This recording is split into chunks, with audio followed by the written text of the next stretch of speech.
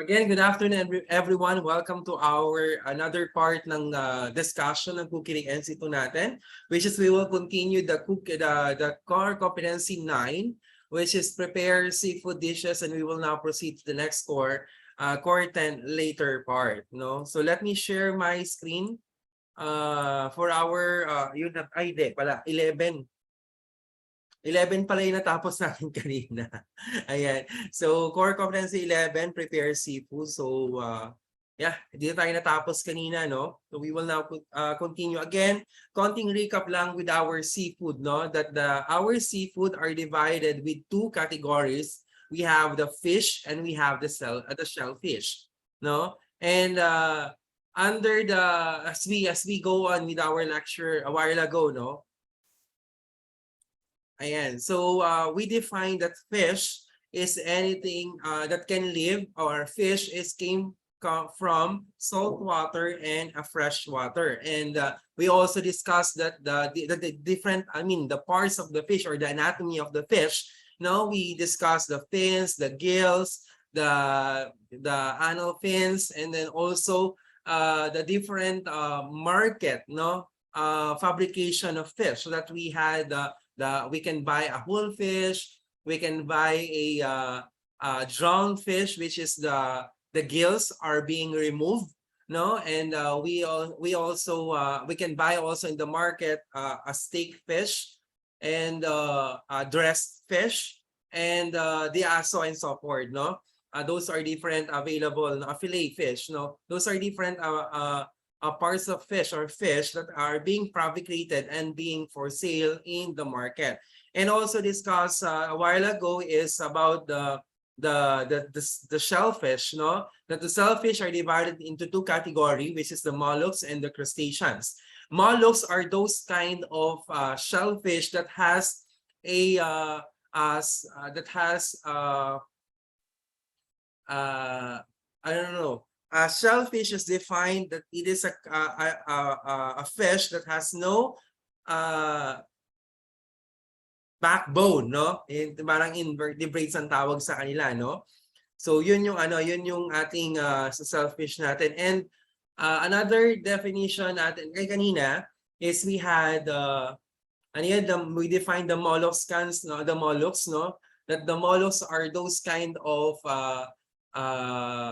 shellfish that has an outer layer or hard shell, and then inner part niya is soft flesh, which is we have the bivalves, the univalves, and the the cephalopods. The ano yun? Ano yung kanina natin? Ano yung tawag doon? Ano yung tawag? Yung cephalopods kasi ang naaalala ko eh. Diba? We defined that a while ago, no? Kalimutan ko agad.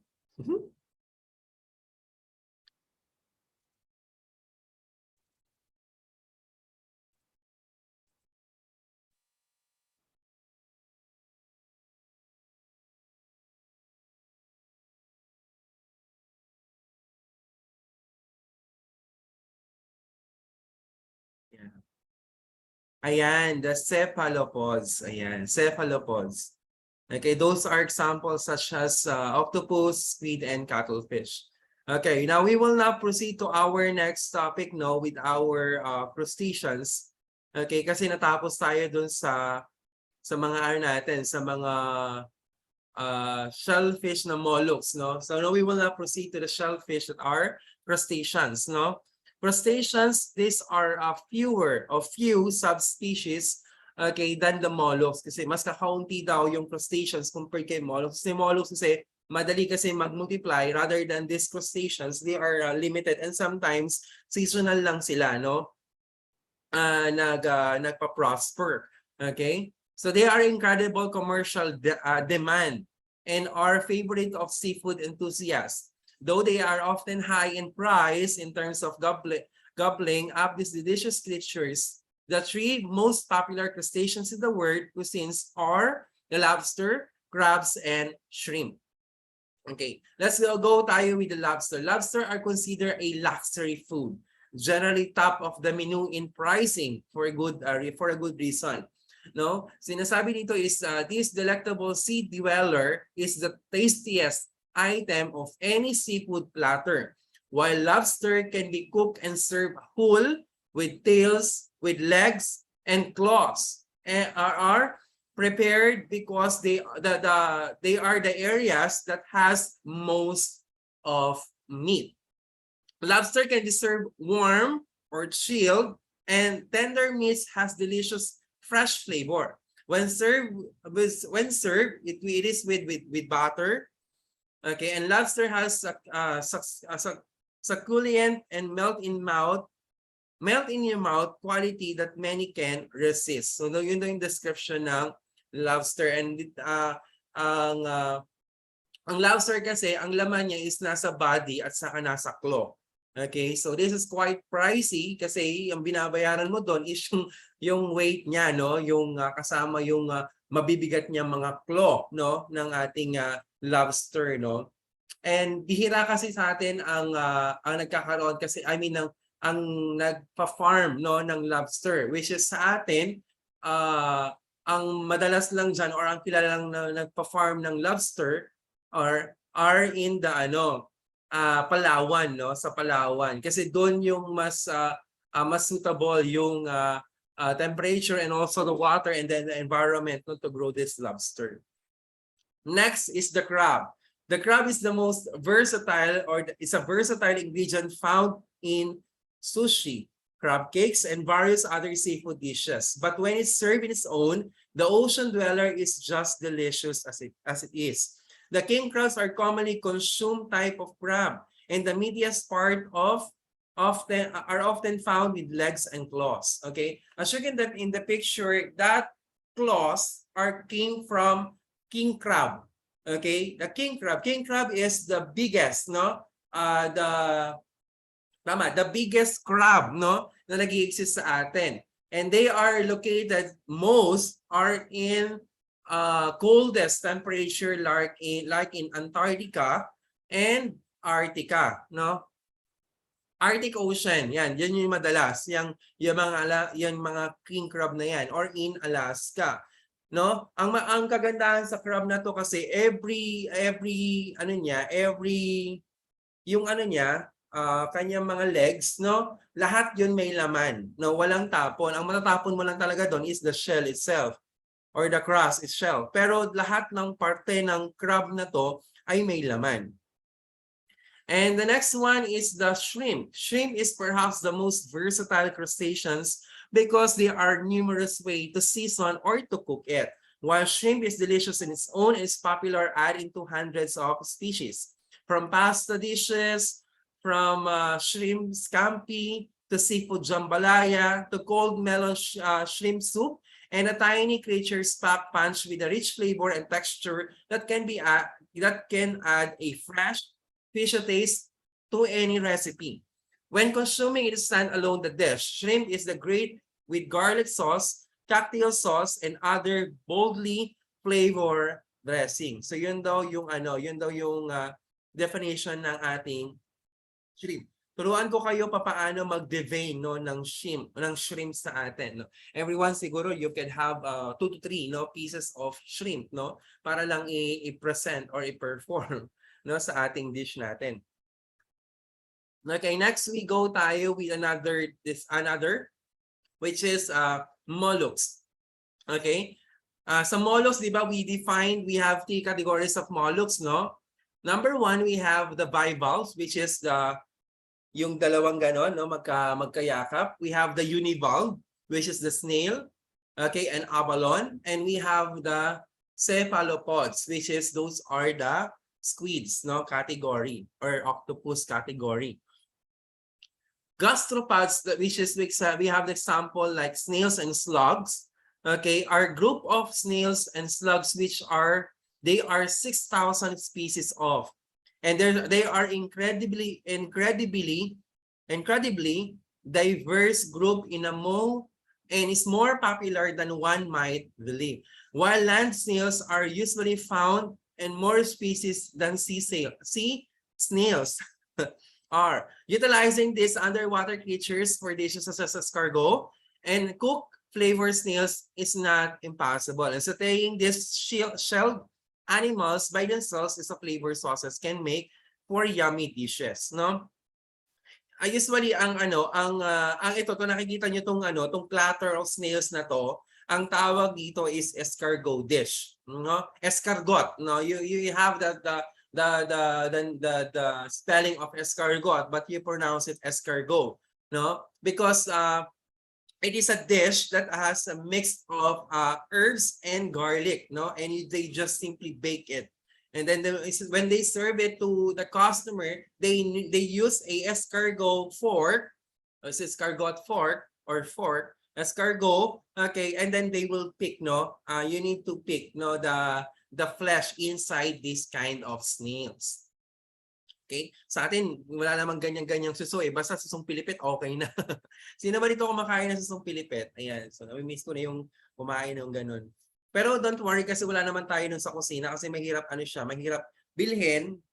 Hindi naman kasi lahat safe yung paligid natin kasi yung mga ganyang suso dapat sa yan. Sa bukid yan kinukuha. Ay, wala namang bukid na dito, no? Hindi naman pwede sa ilog kasi pag ilog yan, alam niyo na kinakain yan. Mga dumi ng tao yan. Next is we have the cephalopod, okay, squid and octopus. These are the largest type of mollusks, including the two creatures with subtle yet rich flavor and bold texture. Squid and octopus, the squid and the octopus. If you never laid your tongue on their delicious dishes, you were missing out. May ganun pang quotation tong notes tong to. Anyway, so yan yung madalas na majority, no, na meron ng molluscans family, no, the octopus and the squid. Okay? Kasi yan yung madalas na nabibili at madali at paglulutuin natin yung squid, no, saglit lang talaga siyang idadarang sa apoy o lulutuin. Kasi kapag tumagal yung pagkaluto niya sa kalan, no, titigas na parang rubber band siya. So kailangan saglit lang siya lutuin.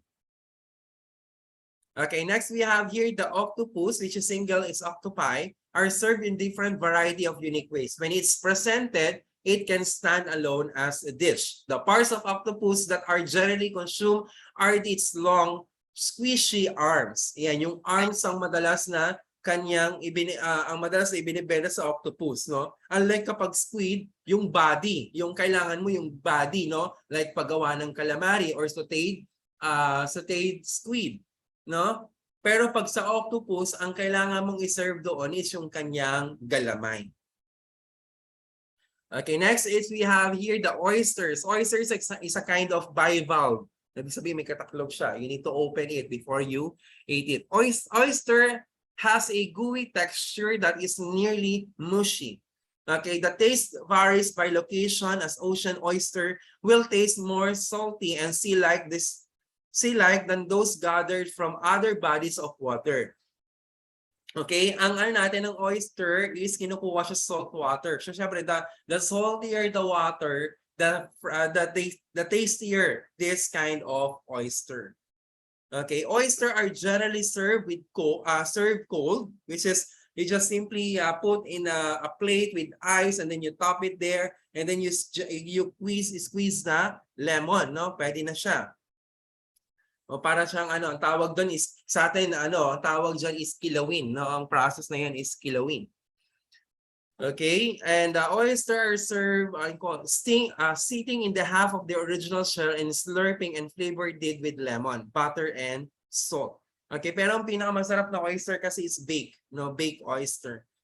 For those who are not eating talaba na sariwa, you can cook, no, a baked oyster. There are generally a meal in themselves. The ingredients such as fresh fruits, vegetables, herb, pesto, and more are often to add on top of them to boost their flavor. And the next one, the other bivalve is the clams, or in short, tulya or halaan or tahong. Yan yung mga clams natin, no? They are similar in texture with the oyster, but it has extremely strong and semi-sweet and rich in flavor. No, alam niyo naman, syempre kumakain naman tayo ng tahong at ng tulya at ng halaan.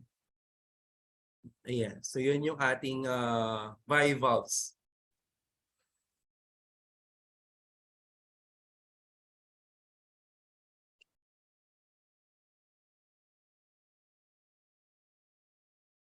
Okay, when you are buying a seafood, so syempre, you need to purchase or you will purchase a high quality seafood in your respective markets. So yung kilala mong dealers. Kasi alam mo na may mga ibang dealers na nandadaya. Pero kung yung dealers mo ay talagang sanay ka na sa kanya ka bumili, then you will have a quality seafood. Because seafood are highly perishable. Maiwan mo lang yan sa room temperature na walang tubig for about an hour, sira na yan. Or 2 hours, sira na yan. Okay, when purchasing seafood, you need to see the word fresh. Okay, kasi dalawa yan. The seafood can serve fresh or frozen. Okay, when frozen, no, dapat na may nakalagay siyang freshly frozen.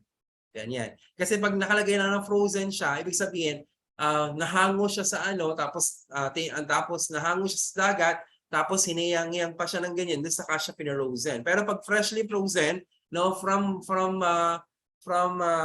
the sea, no, diretso na yan sa kanyang frozen procedure. Okay, always know about the food allergens. Sino dito ang merong allergy sa hipon? Ayan, hindi kayo pwedeng kumain ng hipon, pero magluluto pa rin kayo ng hipon, no? Okay, meron tayong tinatawag na recreational fish. Ano yung mga recreational fish? Ito yung mga fish na pwede mong gawing pet, no? Like yung goldfish, koi, ayan. So yan yung mga recreational fish na tinatawag natin. Pwede ba siyang kainin? Hindi. Okay, hindi natin siya pwedeng kainin. Kasi bakit? Kasi yung pagkain na kinakain kasi nila, those are processed food. So hindi siya pwedeng i-consume ng ating katawan, or probably pwede siyang pwedeng magkaroon ng problem with your digestions. No? Okay, so yun lang. And wait lang po.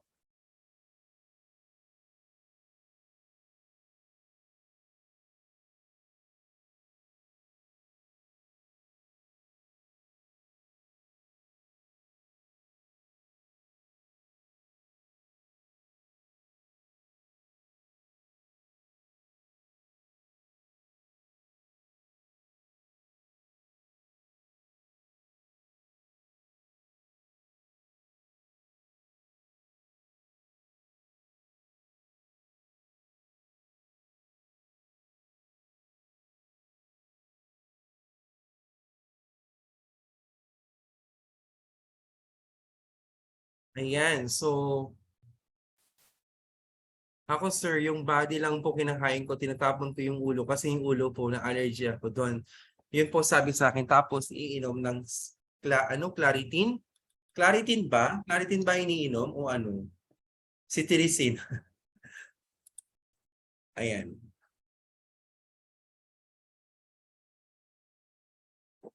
Nagkape na ba kayo? Nagkape na kayo habang nakikinig kayo. Okay, when you're buying whole fish, no, all you have to do is to see the texture. Dapat yung buong isda hindi siya slimy, tapos yung mata hindi dapat siya bloody or black yung color or namumutla yung mata, no, dapat makikita niyo pa rin buo yung kanyang mata. At the same time hindi siya masangsang yung amoy. And then that's how you see that the fish are fresh. Okay, next.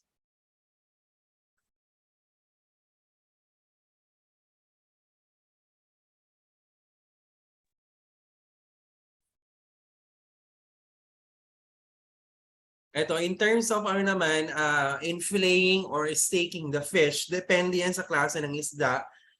If that fish can stand the heat temperature, kasi may mga isda kasi, alam niyo kung bakit, no? Alam niyo kung bakit madalas or nangyayari sa atin na kapag nagprito ka ng isda is nadudurog siya, no? Probably the fish, no, hindi enough yung kanyang protein. Kaya wag niyong sisihin yung sarili niyo kasi durog-durog yung isda ng niluto niyo. It happens, no, na kapag once na nagprito ka ng isda, bukod sa, for example, nagprito ka ng isda, hindi mainit yung mantika, nilagay mo. One factor yon. Kasi, pag ganun kasi ang nangyari, yung mantika kasi papasok yan doon sa flesh ng fish, and then, hindi na siya parang nahaharangan na yung pagka-fear o yung pag-block nung fish. Kasi, ang fish kasi natin, para hindi siya, parang intact yung kanyang pagkapritos, kailangan ma-sear siya. Pag sinabi nating sear, no, kailangan magsarado yung kanyang pores. So how would you be able to do that? You need a high temperature of heat, no? You know, and oil, and then you fry the fish. And then pagkatapos nun, kapag na-sear mo na siya, yung unang side and yung kabilang side, then magstay ka na doon sa kabilang side na huli mong pinilift, then you start medium your heat temperature, no? Your fire, to medium your fire, no? Next natin is, again, hindi enough yung protein content niya, no, to bind the flesh ng fish ninyo. Okay? Or kaya baka mamaya yung mantikang ginamit po hindi suitable, no, sa oil or sa components ng fish ninyo. Another is baka hindi kayo gumamit ng non-stick pan, no? Pag mga ganong klase, may mga factor yan. So dapat alam nyo rin paano siya i-observe.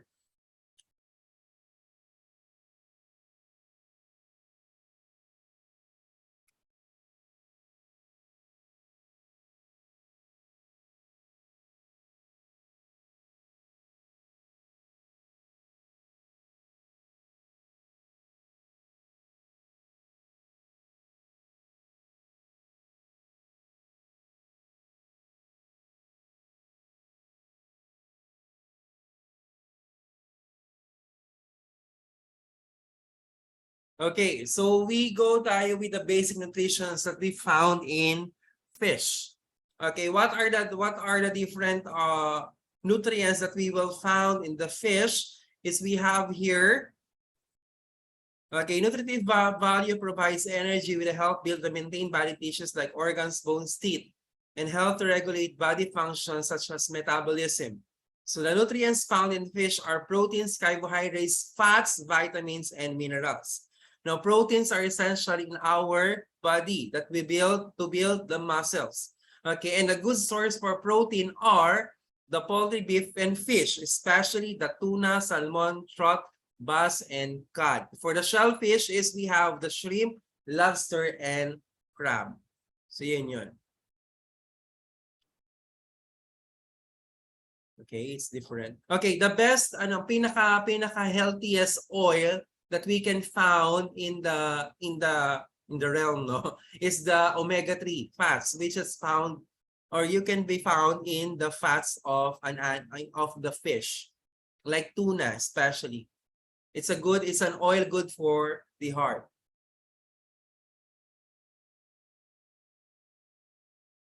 Ang haba ng notes natin sa sa cooking. Oh, pati may cooking method na naman dito. Meron pa bang connected dito sa seafood? Baka mamaya wala na connected dito sa seafood.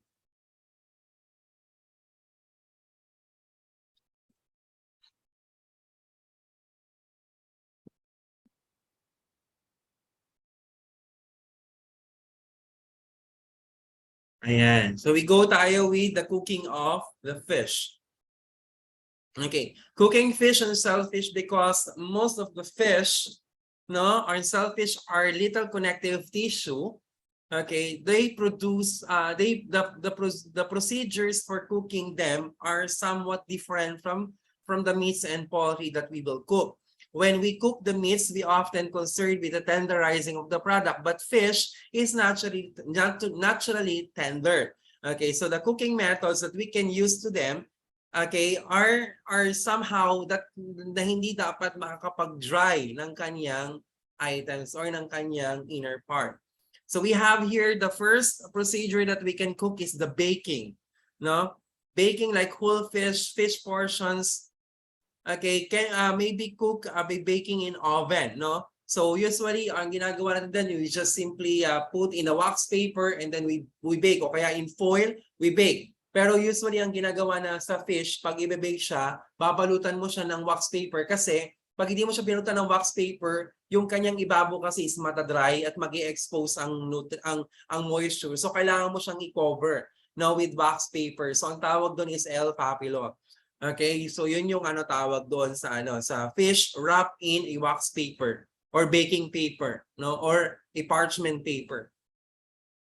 So guidelines for baking fish. Okay, fat fish are better for baking because they are less likely to dry out because it has so many fats. Lean fish may be baked successfully if greater care and it's taken not to overcook them. Okay? Basting fish with butter and oil helps to prevent from drying, no? Kasi kapag kapag nagluto kasi yung nag-evaporate kasi yung moisture, no, ng fish natin.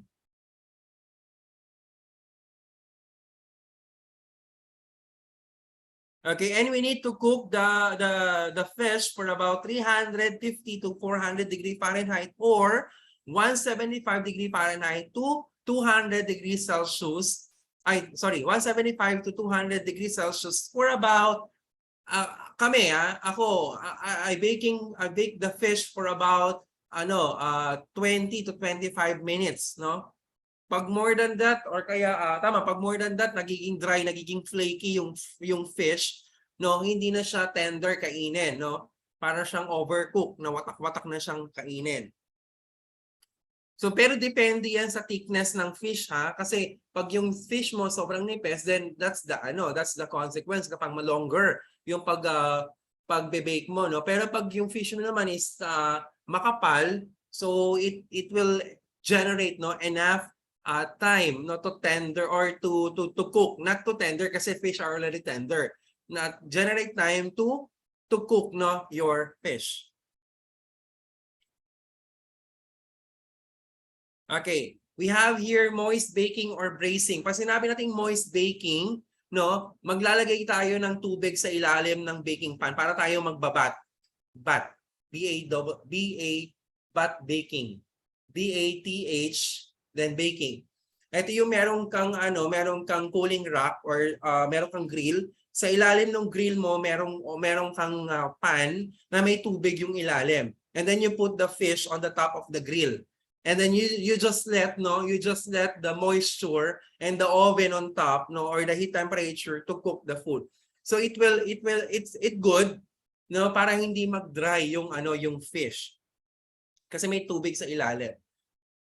Okay, then we have here the bracing. Pag sabi ng bracing method, so you will have in the French cooking, baking fish are usually whole fish or large pieces with vegetables and liquid called the bracing. To avoid the confusion with bracing methods applied to meats, however, we avoid that term to refer such dishes as baked, no?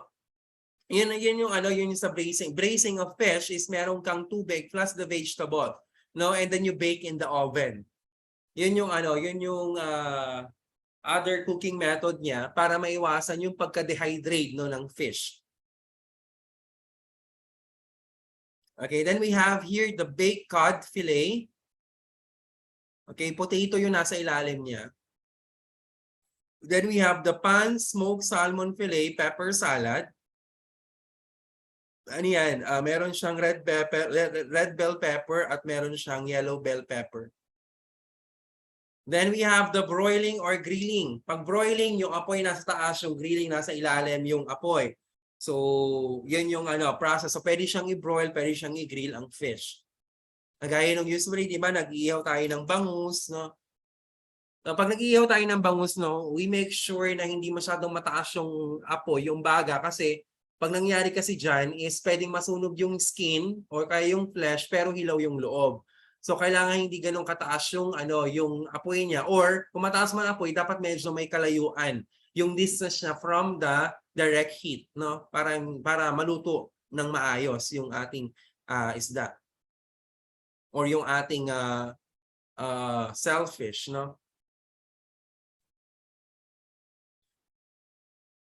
And we have here the broiled salmon. And we have here the sauté scallop with tomato, garlic, and parsley. Yan. So may mga recipe tayo dyan. The recipe that I use is from International Cooking by cooking book.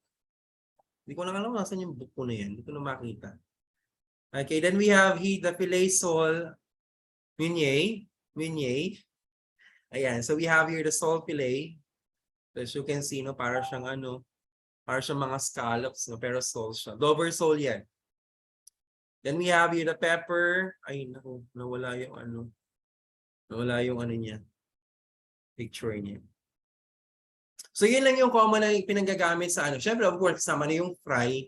Yung pag-frying. No? Pwede tayo mag-deep fry ng fish, pero we make sure na coated yung fish. Huwag nating i-deep fry nang wala siyang coat. Kasi pag dinip fry siya nang walang coat, magwawatak-watak yung isda sa mantika. Kasi alam naman natin na ang fish has an oil, no? So magwawatak-watak siya. Okay? Tapos 'yon, kailangan siya may coat, kagaya ng butter coat natin, like yung parehas ng coat na ginagamit natin sa tempura o kaya sa ano, sa yung beer butter. Yung sa kwek-kwek, same ganun. Dapat meron siyang coat pag di-deep fry natin siya. Pero pag fry, pwede na tayong mag-direct na huwag na tayong maglagay ng coat, no? And then ano pa ba yung pwede natin pangkuluto? Siyempre, bake, yung grill, yung broil, yung braise, no?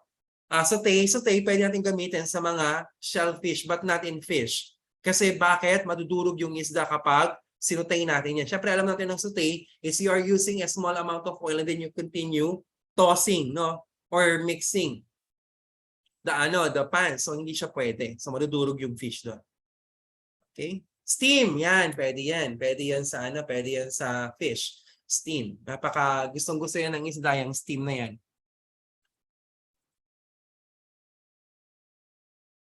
Okay, so yun lang naman yung iba't ibang mga luto ng fish. Turuan ko kayo paano kayo yung proper filleting.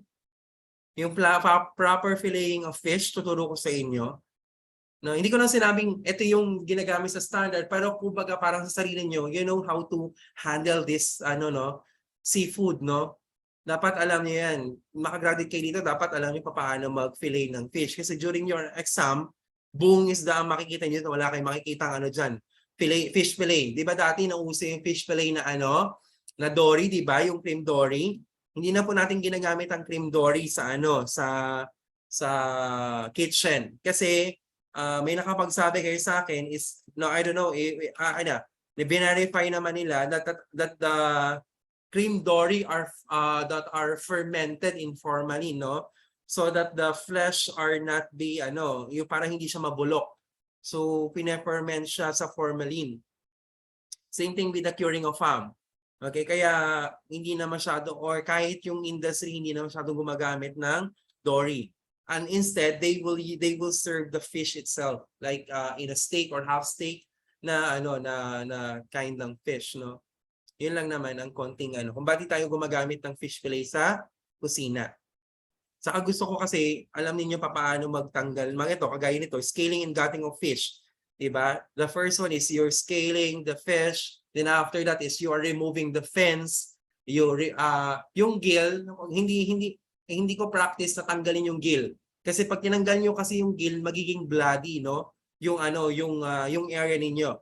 The only thing that I remove there is yung gill, pero we are using scissors. We are not using hands. Kasi pag ginamit natin yung hands, napipiga yung yung gill, tendency lumalabas yung dugo. So nagiging messy yung preparation natin. Then gutting round fish. Okay, so yan, as you can see in the picture, and filleting round fish using the straight cut method. Yan, so as you can see, filleting of fish, ayan. Tuturuan ko kayo paano gumawa na mag-fillet ng fish. Although yung iba dito may alam na, pero hindi ganito yung papagawa ko ninyo. Kasi this one is salmon, no? Siyempre, ang alam niyo naman ng salmon, mas tender yan. At saka mas malalaki yan. So, madali siyang ganyan. Yan, magtatanggal din tayo ng fish bones. Okay. So, yan yung ating fish. And we have here the filleting of fish. Ayan, we have here the gohonets, the paupit, and the tranche. Yan yung mga cutting of fish, no? And then how the lobster, so you need to pierce in the heads, no? And then strike until the tail. And then you just simply, ganun nyo lang, and then you put butter and garlic, and then you bake. Okay na yan. Buhay na tayo dyan. Then for the deveining of shrimp, gagawin nyo rin yan, i-action nyo rin yan, no? Okay, you remove the shell, and you slice the back, and then you remove the veins. And for the crabs, no, for cleaning the this one is soft shell crab to. Pwedeng kainin ng buo yan, yung mga crabs na yan pag soft shell. Nangyayari yon kapag yung nagpapalit ng yung time na nagpapalit siya ng shell niya. Kaya mayroong mga soft shell crabs na kinakain siya ng buo. Then the oysters, the squid. Ayan. So, kailan sa squid natin, i-remove natin yung kanyang skin. And then, i-remove niya yung kanyang ngipin by pressing, no? Pakabila. Hindi lalabas na yung kanyang ngipin. Then, for the halaan, ayan, muscles or tahong, tulya, ayan, i-remove natin yan. Okay, so yun lang naman yung atin sa fish natin. And now, we will now proceed to the next topic natin, yung asan yun? Core 12. My God, patapos na tayo. Dessert.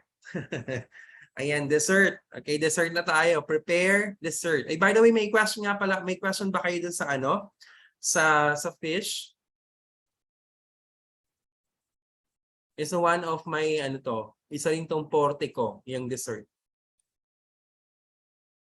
Okay, so historical development and current tense of preparation of dessert. Lakihan ko lang.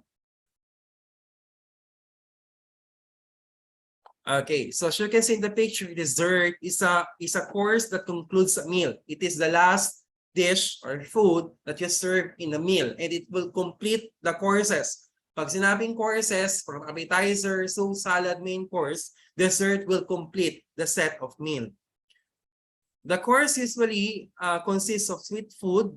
Okay, the dessert consists of The dessert are usually consist of sweet food such as confections, like we are using confectionaries, cheeses, nuts, and other savory items regarded as a separate course elsewhere. In some parts of the world, such as much as Central and Western Africa and most part of China, okay, there is no tradition of dessert courses or to include the meal. Okay, pero sa atin, meron yan. Okay, ano yung mga basic principles natin ng sugar cooking? Okay? Kasi part yan, no? Kailangan ng dessert may sugar kaya nga siya sweet. So meron tayong sugar cooking dito. Okay, the principle of sugar cooking is fairly simple. The solution you need to have a syrup of sugar and water, and you boil, no? And you have to boil, for example, like 240 degrees Fahrenheit or 115 degrees Celsius to form a soft ball. And a syrup cooked for about 300 degrees Fahrenheit or 150 degrees Celsius could create a hard and brittle when it's cooled. Yung nakikita niyo peanut brittle na mga pasalubong, no? It is cooked for about 150 degrees Celsius or 300 degrees Fahrenheit, no? Yung na yan, yung ganong klaseng candy. Okay? Next. Mga custard creams natin. We have here the crema glaze. Okay? So, our vanilla custard sauce. Okay, it's a mixture of milk, sugar, egg yolks, and you put a vanilla. Pasty cream, okay, consists of starch thickeners as well as eggs. Okay, resulting for a pastry filling, cream pies, and pudding. Baked custard is like vanilla custard sauce, egg pie in short. It consists of milk, sugar, eggs, and flavoring, which is vanilla, okay, or the other, basta kung ano man yung gusto nyong gamitin pang flavor, and eggs are used for greater thickening power. Okay, and another pa natin na mga type of dessert, we have here the Bavarian chiffons, mousses, and souffle. Okay. So Bavarian is also known as the cream of Bavarios. Bavarian cream or Bavarios. Okay, made of three basic elements: crema glaze, which is the inner part, the gelatin, and the whipped cream. Okay, and it's usually, di ba, pag bumibili kayo sa Dunkin' Donut or Donuts, no? I'm not promoting Dunkin' Donuts, no? Donuts, no? You will see there a Bavarian feelings, no? Yung lasa nung OZ effect ng Bavarian, yun yung tinutukoy niya dito.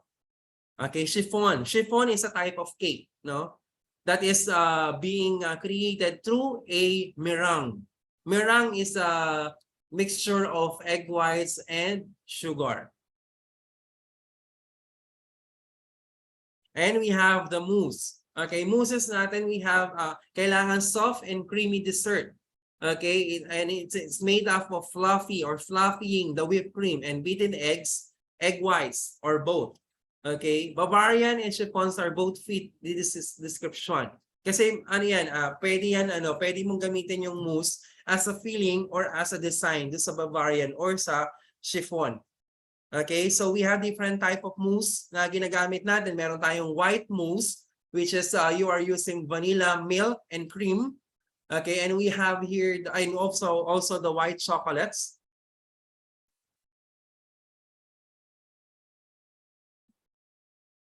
Okay, sir, whipped cream po ba iisa lang yung ginagamit sa cake? Like Ever Whip or Mona Lisa and others. Okay, ang whipped cream kasi, okay, it has for about 35% fats, regardless kung anong brand. Ang sinabi mo kasi is Ever Whip is came from vegetable fats, no? Plus the cream itself, no? Ang Mona Lisa hindi ko pa siya nagagamit, no? Ang usually ang brand ko kasi when I am creating cakes, no, with my personal things, I use the Ever Whip kasi that's the cheaper, no? And pero sa ako, sanay din ako gumamit sa Anchor or kaya yung El Presidente. Yung mga ganong brand, yung tipong 400 ang isang pakete, yung ganyan. Okay, so they are the same.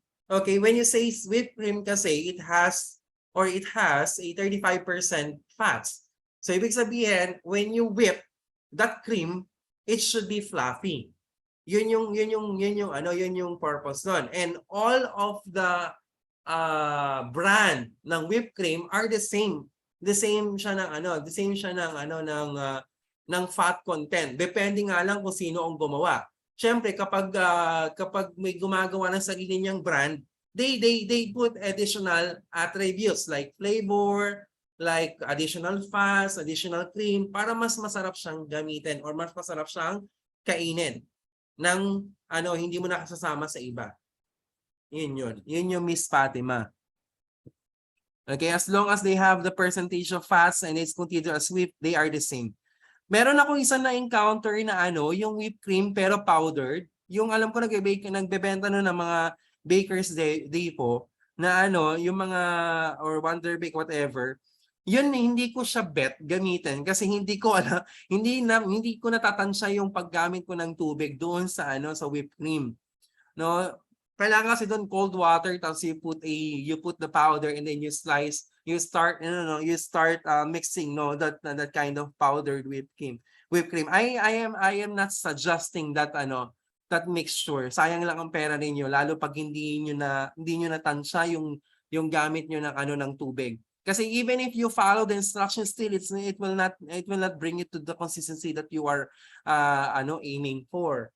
'Di ba? So kailangan siya soft pick. Hindi mo magagawa 'yan kapag gagamit ka ng powder. All you have to do is to buy na lang the whipped cream na nabibili dyan sa baba. Yung Ever Whip, yung sinasabi ni Miss Fatima, pinakamura na 'yon. That's the cheapest whipped cream that you will buy in the market. Kaya lang pagkakaiba kasi ng Ever Whip sa ibang like yung sa Anchor or kaya yung El Presidente, they are using the milk fat, no? The cow's fat from the milk. No, yun yung pagkakaiba niya. Rather than sa Ever Whip kasi they are using vegetable fats. That's why it is worth cheaper rather than in the process of the other brands. Yun yung purpose nun. Pero masarap. Parehas silang masarap. Okay? Either you are using an Anchor or you are using El Presidente or using Ever Whip, they are all the same in the taste. Masarap naman silang they are not the same, pero pare-pareho silang masarap in short. Yun lang. Okay, next is we have here the souffle. Ito yung one of the greatest challenge sa master chef. Okay, America. Yung usually madalas na ginagamit nila yung souffle. Okay, kasi magkamali ka lang sa temperature, magkamali ka lang sa procedure, hindi mo magagawa ng maayos ang souffle. No? Kailangan ng souffle is luto, okay? Pero uzi yung kanyang inner part. Now, to understand the structure of dessert like souffle, we divide into three preparation. You have the base, the egg yolks, and the egg whites, and the baking procedure. Now, try natin gawin yung souffle na yan.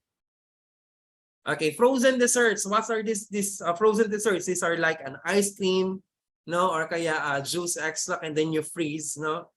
Okay, so yan. So we have here the ice cream. We have here the Philadelphia style or the French style ice cream. So ang pagkakaiba niyan is ang ice cream smooth frozen milk, mixture of milk, sugar, flavorings, and sometimes egg. Which is a Philadelphia style is no egg. And French style ice cream contains naman ang egg yolks. Yeah, so yan yung dalawang pagkakaiba ng Philadelphia and French style ice cream. Philadelphia walang eggs, either egg white or egg yolk. Ang French style naman is wala siyang egg whites, meron lang siya egg yolk. We have here the ice milk, which is like an ice cream but lower butter fat content. Frozen yogurts contain of yogurt additional normal ingredients like ice cream or ice milk. Okay, we have here the survey o sorbets. Pero you pronounce it survey. Okay? Yan po yung mga, pag sinabing survey, ito yung water or juice extract and then you froze. You freeze, no? Not you froze, you freeze. Okay, these are fruit juices, water and sugar. Yung ice snowball, kung familiar kayo dun sa ice snowball na yan dati, nung panahon namin nung 90s, no? Uso pa yung ice snowball. Ngayon, wala ka na makitang ice snowball nagbebenta. Okay? So, is example yun na survey. Okay? Or water ice ang tawag sa kanya. Okay, and we have here two example. No, we have survey, which is the fine ice water, and we have here the granite, which is coarse crystalline ice without egg whites. So, yan yung mga paggawa ng desserts. And we have here different frozen desserts. These are ice cream and survey that are churned frozen, meaning they are mixed constantly while being frozen. We have here the frozen souffle and the frozen mousse. Ayan, masarap yan. Yung mga mousse na yan. Frozen mousse and frozen souffle. Ayan, cute. Babasagin mo yan para makuha mo yun nasa loob. So yun yung mga iba't ibang mga desserts natin. Alam ko meron pa to, di ba? Meron pa tong ibang ano.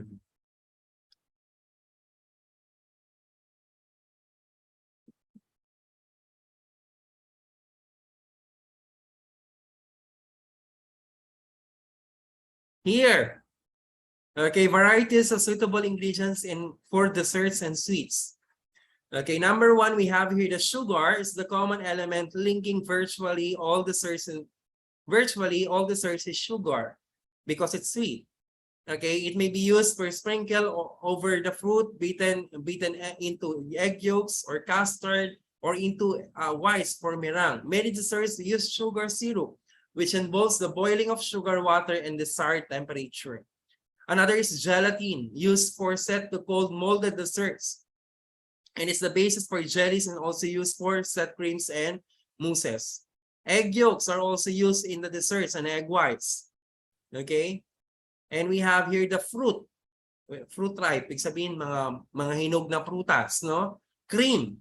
Okay, we have here the light cream, double cream, the whipped cream, the all-purpose cream, yun yung mga iba't ibang mga cream natin. Butters. Pag sinabi natin butters, this is a mixture of flour and water. No? It's used to make a crepes, pancakes, batter. It's used to coat the fruits and for fritters. Pag sabing fritters, ito yung kagaya ng turon. Okay, turon. And also nuts are available. Okay, these are different types of chocolate, no? Okay, we have here the baking chocolate. Wait lang po, may tumatawag.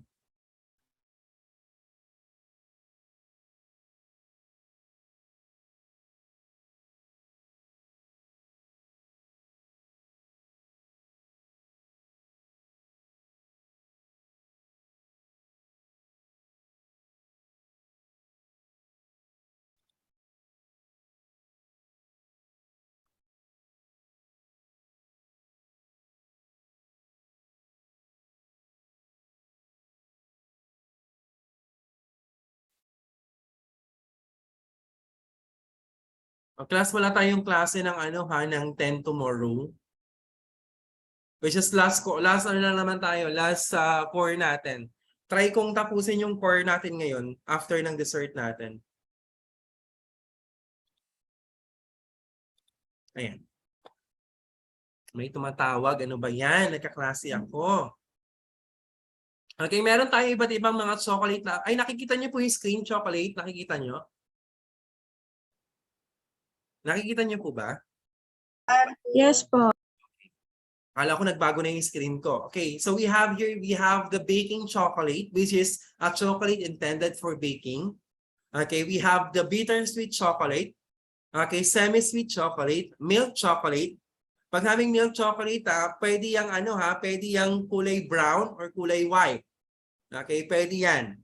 Okay, we have the white chocolate. White chocolate is still white. So it has cacao, extracted cacao flavor, and then they mix into white or milk. No, and we have the cocoa powder. We have here the couverture and the cocoa bites. Bites ba yan? O malts? Ayan.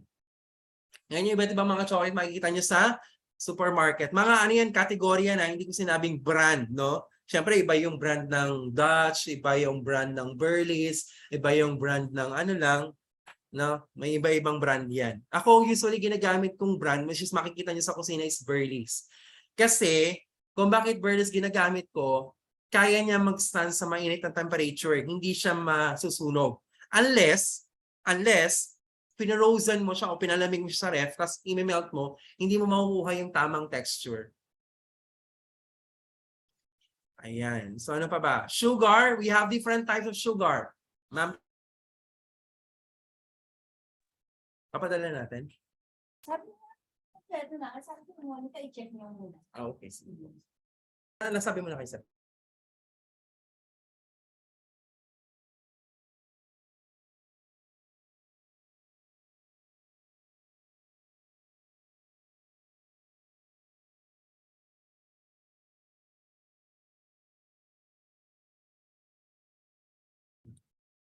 Okay, we have different types of sugar that we use in the market or that we use in the baking and that are available in the market. We have here the granulated sugar, as you can see, yung white sugar, brown sugar, no, semi-brown, yan. So we have here the castor sugar. Castor sugar, white, kulay white lang yan, para siyang granulated white sugar, kaya lang mas pino itong castor sugar at hindi siya nag-melt or hindi siya nag-melt. No, hindi nag-melt. Hindi siya nagke-create ng moisture. No, hindi siya nagiging malagkit. Itong castor sugar na yan. And we have here the confectionery sugar. This is what you call the powdered sugar, which is the mixture of cake flour plus fine white sugar. No, and we have the brown sugar. Okay, we have here the gelatin. We have the gelatin powder, the agar-agar, and the gelatin sheets. Ang ginagamit ko sa kitchen ko is gelatin sheets. Mas gusto ko yung gelatin sheets compared sa powdered and saka sa agar-agar. Then egg yolks, egg whites. Ayun lang, ano ito? Bakit na dito ito? Hello. Wait lang, format ko lang yung picture. Ayan. And next we have the cream. Ayan. So we use cream in the dessert, butter, and nuts. Parang parehas yung binanggit ko kanina. Okay, sweet sauces for our desserts. We can create sauces for flavored flavored blend of ingredients that adds flavor and enhances the appearance of the food. So we have here sample that fudge. Okay, we have chocolate fudge, strawberry fudge, caramel fudge. So it's a soft confection made with butter, sugar, chocolate sauces, or caramel or fruits, no? Okay, and give entirely different appearance, flavor, color, and moisture to the dessert. The kinds of variety sauces, we have the rich sauce, light sauce, and hot fudge. Okay, when you say rich sauce, it's a kind of sauce that made from fruits, no? Light sauce are suited for rich dessert kasi ano lang siya, less sugar, less extract, and then para lang siyang i-drizzle mo lang sa ibabaw, no? Dapat light sauce lang siya at hindi siya masyadong matigas, no? At malapot. Hot fudges came from chocolate, no? Which is cold cornstarch pudding or to vanilla ice cream. Okay, next is hot sauces are made just before they are to be used. Okay, cold sauces are cooked ahead of time, then cooled, cover, and put in a refrigerator to chill. Yun lang naman yung mga kailangan doon. Okay na tayo dito. Okay, in order for you to get a sugar stages, no? For sugar cooking. In order for you to get the thread, pag sinabing thread, ito yung parang, alam niyo yung ginagawa, yung pinapaganong sugar, tapos para siya magiging spider web or web, no thread. Ano dyan, you need just to cook the sugar for about 230 degree Fahrenheit or 110 degrees Celsius. For soft ball, 240 or 115. Firm ball, 245, 118. Hard ball, 250, 260, 122 to 127 degrees Celsius. Small crack, 265 to 170 or 130 to 132 degrees Celsius. To crack, 275 or 135 degrees Celsius. Hard crack, 290 to 310 degree Fahrenheit and 143, 155 degrees Celsius. To get the caramel, okay, 320, 340 Fahrenheit or 160 or 170 degrees Celsius. Yun lang. And we have here the recipe of crema glaze or vanilla custard sauce. You can see that or you can view that to our new LMS, no? Vanilla souffle, so you can see in the picture, no? Ayan, yung ingredients na nandiyan. Nasa notes din yan. And the vanilla pastry cream. Okay? So, ang gagawin natin sa dessert natin is cupcakes. Or souffle. Yan, sige. Pagawa ko sa inyo ng souffle. Souffle yung gawin nating dessert sa sa kusina natin this cooking natin. Kaya lang pag pag nag-souffle na tayo, ilan na lang sa inyo mag-muffin. Dapat siya, tawag nito, equal, hindi lahat souffle, hindi lahat muffin. Sige. Tapos yung sa cold dessert natin gagawin natin is chocolate mousse. Yan, gagawin natin yan sa sa cooking natin. Then we need to have a sauce, chocolate sauce and caramel sauce. So yan lang naman yung ating for the desserts. Ano pa ba ito? Ano to? Sagot ata ito. Okay. Past and current trends of dessert and sweets. Oh, naulit na naman. Okay, another type ng desserts pa natin is sorry, dami kong ikot ng screen. Biscuits and cookies are also part of desserts. Pero more on more on pastry na siya, no? Cakes are also part of dessert. Chocolates and candies are also part of the dessert. Custards and puddings, which is part of dessert. Yung leche flan is part of dessert yan. Pudding yan? Ang tawag dyan is custard. Okay, deep fried desserts like donut. Frozen desserts. Ayan, like gelato, sorbet, and shaved ice. Jellies are also part of desserts. Pastries like croissant and other puff pastries are also part of dessert. Pies, cobblers, and clafouti are also part of dessert. Sweet soups like yung kagaya nito Chinese tongsu, a water with ginger, then yung para siyang kahel ba tawag doon? Nakalimutan ko yung ginataang kamote dilaw sa kamoting puti. No, may gata. Pero ang pagkakaiba nitong tongsoy na to, tubig yan na may ginger, and then you let the kamoting dilaw, saging, saka yung kamoting kahoy mag-tender gamit tong tubig na may ginger. So it's a Chinese Chinese soup yan. Try nyo rin yan. Bongga din yan. Okay, so yan. Ano pa yung mga dessert natin na mga soup? Champurado, ayan. Ang ginataan, ayan, yung mga soup na dessert natin yan. Ginataang halo-halo, ginataang mais, ginataang munggo. Ayan. Mga soup dessert yan. Okay, so ano pa ba? Okay, ano daw ang makukuha natin when we are eating desserts?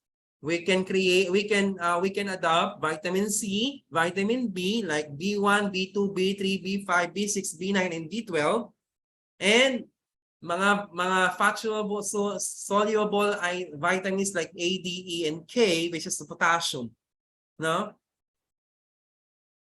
Yun yung pwede natin makuha syempre may protein din siya when we are using egg, so it has a protein also.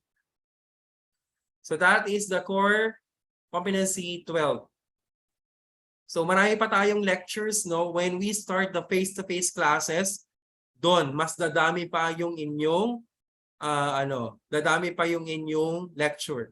So sana meron kayong mga meron kayong mga kit, no? Plating of frozen desserts. They are using a gastronomy, molecular gastronomy in presenting desserts. Yun yung pinakabagong trend, no? Sa paggawa ng mga desserts. Today we are using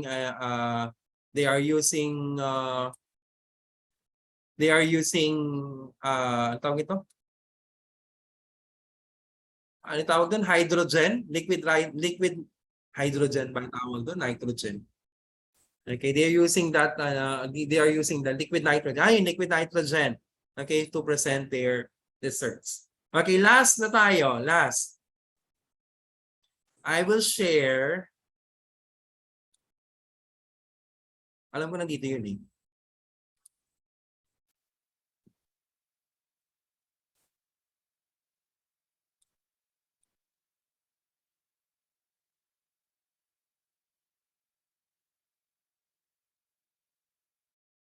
Wait lang ah.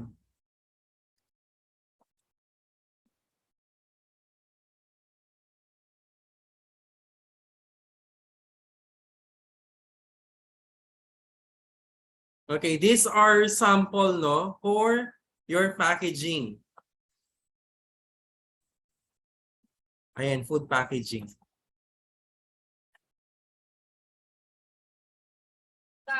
You can check this link, no, para mamaya sa inyong desserts. But for now, I will play the video for your desserts. Share sound, optimize, and play.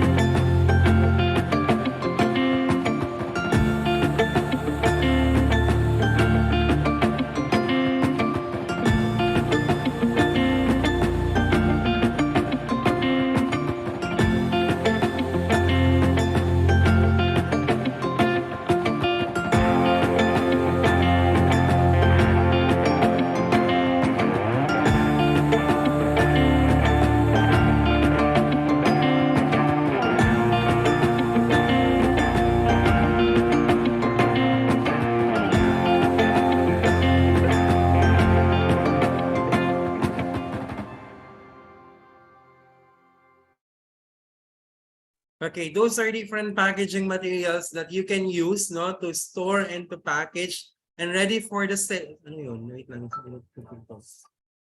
At pwede na siyang ayan, ibenta, no? Pwede na siyang ibenta. Pero sa atin, ang ipo-provide ko na packaging, no, materials inyo is when we go through the desserts, no? Bibigyan ko kayo ng box. Part yan ng part yan ng training ninyo, paano kayo package na ng food nyo. So I will purchase boxes, okay, for your desserts. So doon tayo doon kayo mag-start mag-packaging. Pero for meantime, start tayo ng core 2 hanggang core 11. Ang kailangan nyo lang dalhin, no, para sa inyong mga pagkain, no, is your microwavable or your storage. Like yung kayo bahala kung anong gusto nyong baunan, no, para sa mga sobrang pagkain na pwede nyo, na mga naluto ninyo. Pwede kayo magdala ng microwavable or kaya ng baunan, no, para sa mga sobrang pagkain, no, na meron na naluto ninyo. Yun lang naman. Okay, so I think that will be the end of our topic, no, ng ating core competency, and see you on Monday. Kasi Monday distribute ni Ma'am Annalyn at saka ni Ma'am Fe ang inyong t-shirt, and we will start our first activity on Tuesday. Okay, the first activity na gagawin natin is soup. Soup. Syempre we will start with the stocks, no?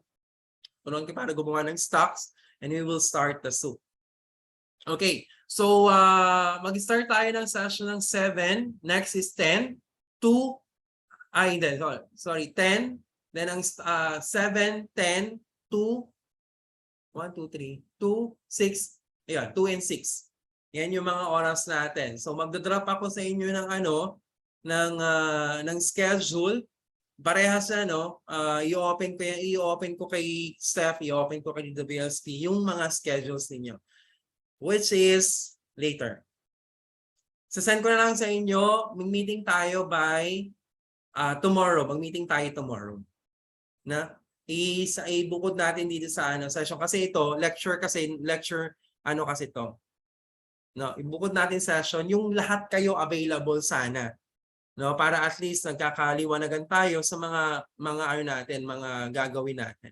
Okay? So yun lang naman, and yeah, sa lahat ng mga nakikinig sa ating recorded lines, no, don't forget to comment your names after you watch this video so that I can assure that you are really watching, no? At para makapasok din kayo sa attendance natin for today. Ayan, so yun lang naman, and sa lahat ng video yan na napapanood ninyo using recorded lines, iwan nyo yung pangalan nyo doon at yung scholarship na kuha ninyo. Like yung tawag nito, pangalan nyo at saka yung scholarship ninyo, like STEP, or kaya, for example, John Rudolph Tolentino, STEP, John Rudolph Tolentino, DWSP. Yan, ganun yung iwan yung pangalan doon sa lahat ng videos na napanood niyo para meron kayong attendance. Okay? So yun lang naman, and yeah, thank you so much.